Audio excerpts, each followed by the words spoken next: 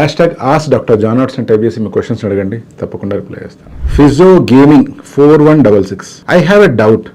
If we use minoxidil and finasteride 1 mg for years, then the wholesome effect of them on our body significantly decreases. Because our body is a great system. In over time, it can overcome the effect of medications we take. If yes, what should I do? మీరు అడిగినది చాలా legitimate question.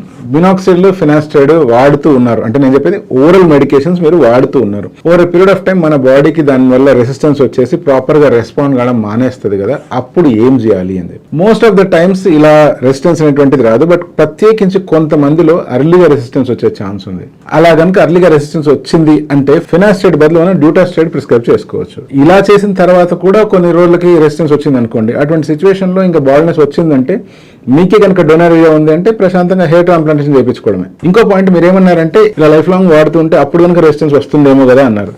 నిజానికి మనం ఎప్పుడైనా కూడా ఈ medications life long వాడము. ఎందుకంటే సపోజ్ ఒక 35 years ఏజ్ ఉన్న వ్యక్తికి బాల్నెస్ వచ్చింది అనుకుందాం, లేదా అర్లీ స్టేజెస్ ఆఫ్ బాల్నెస్ వచ్చింది అనుకుందాం.